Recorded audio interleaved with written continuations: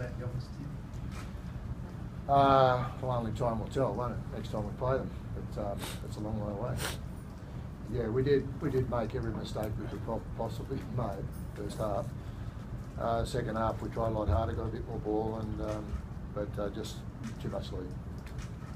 Did you guys feel sort of on this morning and obviously just stop it? No. They had the same. We've got no excuses. 26 points against us first half. Not good enough. There's always going to be an uphill battle, I suppose, on the first half blitz by New Zealand. Yeah, the last try in particular, I think, just before half time, probably made it a little tougher for us mentally. But we were positive in the sheds. We came out, we defended them to nil in the second half. Mind you, they just protected their lead too, I suppose. Taking nothing from them, we just didn't play up to speed. Too many mistakes, some fundamental mistakes for an Australian side. So and gifted them some football, some discipline problems too in a couple of instances, which gave them middle of the game, the back 20 and the first 20, both halves we had no ball, and the one we got a bit of ball, we came back, but then we're chasing our tails. It's rare that you see Regans make a mistake like that. You go there and Yeah, but everyone does. Well, I'm not going to sit here and blame GI for that. The ball will take it, we could bounce for you every damn time, and it did. So, but we prepared well. We were ready for the game. We started well, just didn't execute it, didn't finish it, and defended poorly on our own line when we did give them the penalties.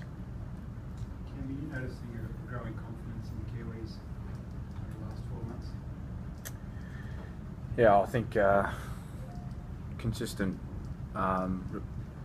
winning results brings confidence. There's no doubt about that. And I mentioned outside, off the back of the Four Nations, you're always confident. But the last three games we played against them tonight, Four Nations final, and then the game here last year to start the Four Nations, almost identical. All three matches started quite well. We were the first to get across the line in all three games, and then for some reason we think that we've won the game after one try, and they always seem to put a few points on us, and then, as Sheensy said, we're chasing our tail. It was the same story tonight. How hard is it to stop that momentum from the likes of Tapau and Nolan, sort of steamrolling through that? You've seen it firsthand tonight. It's pretty hard, isn't it?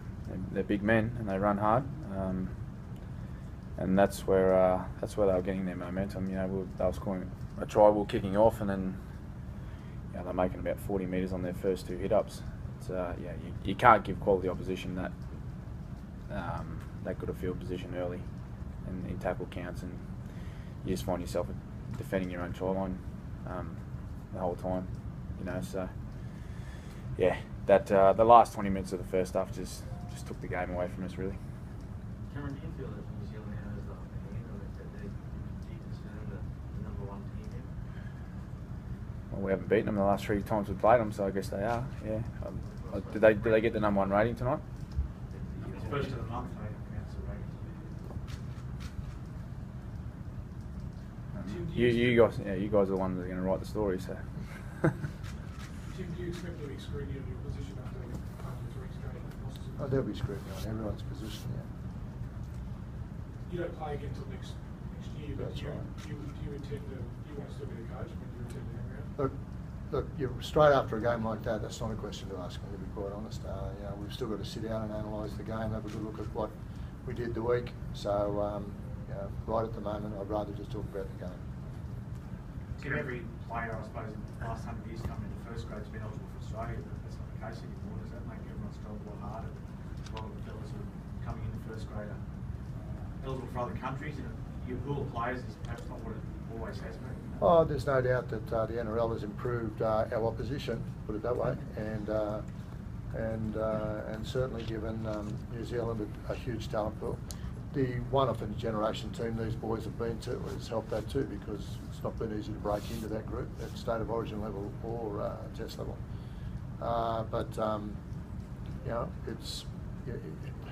England are the same. They've got a number of players playing well here in the NRL as well. So you know, it is Test football is a tough thing, and people think that Australia just should automatically get up and win, and we're disappointed in that performance. Don't get me wrong, but it's not that easy. Tim, do you think this result shows it's time to bring in more debutants in Generation Next, or does it show that perhaps the veterans need to be stuck? Look, again, I really don't want to broach that tonight. It's not, for me, it's a discussion point that's got to be looked at by a lot of people. And with no football until this time next year, it's a difficult one. When are you going to play them? On that, are you disappointed that there isn't end of year series? Look, you know, I can see the reasoning again. You'd be happier if you won tonight, put it that way. Cameron, as a sort of leader of the players, do you sort of wish you were with the boots on again this spring, or are you still comfortable with the decision not to play Great Britain? I guess after a loss, you want to get out there and pull on the national jersey again and try and win some matches. But you know, again, it's plenty of footy being played over the last 3 or 4 years for all the representative players. So don't get me wrong, if it was on, we'd be playing. But this year it's a non-representative year for the Australians. I think the State of Origin series becomes a very important series for us now. You've got 2 Australian sides potentially playing one another. And I think young talent through that side, and I know both coaches will be looking at a certain mixture of because that side's divided between the 2 sides anyway. So there'll be an element of young player we need to look at. But at the end of the day, there's no Test football for another 12 months. So there's still a step up from Queensland and New South Wales even to a Test jumper. It comes to pressure with this jumper. It's a 12-man interchange. They're a big, strong side, you know. So you know, there's Queensland playing New South Wales one thing, but playing a very powerful New Zealand side is also another experience. Ask the young blokes who played there tonight, or the guys who played last year. Tim, do you mean by that the Test football has actually gone back ahead of State of Origin? Well, the New Zealand side is a very strong side as a combination, yes. And you put them all in the one group, in one team, they are a very strong side. I'm not saying no that it's gone ahead. I'm just saying that, you know, Test football is not well behind the standard of State of Origin. Cameron, the States in the first half, was that down to Kiwi pressure, or was it more on your guys' shoulders? I think it was a little bit of both. We had some opportunities early, as we did in the second half, but we just weren't hitting our points where we needed to. Again, our preparation was great. You know, our training session yesterday was outstanding. You know, so can't blame preparation. It was just a couple of things we didn't execute tonight correctly, and you know, the Kiwis ate that up. You know, we put the ball on the ground. There's a couple of times where we had guys running, you know, to the wrong position. You know, trying to get some field position for our set plays. You know, that was going wrong a couple of times. So small areas that you let yourself down in, you know, allows the opposition to, you know, take control of the game. And the Kiwis did that tonight, to their credit. So what's the latest on Josh Dugan with his knee? Yeah, he's got some damage. Yeah, it'll take an X-ray to find out, the scan. But I don't think it's season ending or anything like that. But he'll be uncomfortable for a while. I don't know whether he'll play next week. Cameron, were you confident early in the second half that you started to get possession, territory chances? Mm. Feeling you could reel it in? Yeah, absolutely. There was, you know, we spoke at half time that we had the points in us, and we were very confident. You know, we got a great football side out there. You know, you watch the guys that are in our side playing every week for their club.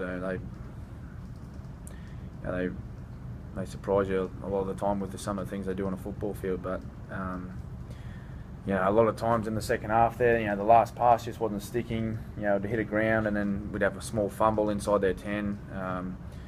You know, I thought the Kiwi scramble defence was outstanding tonight. You know, they every time we seemed like we were going to cross the line, a black and white jersey turned up. They denied us a couple of times in the corner, held up, one knock on over the line. It's just that one of those nights for us where we had opportunities, but we just didn't capitalise on them.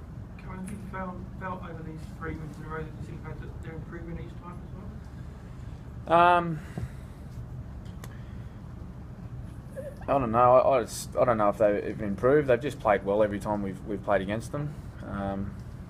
You know, particularly the first game of the Four Nations and tonight. Yeah, they just you give a Kiwi team, you give them a sniff at victory, and you give them momentum, then they're usually hard to stop, and that's exactly what they did tonight. Yeah, it was a 20 minutes of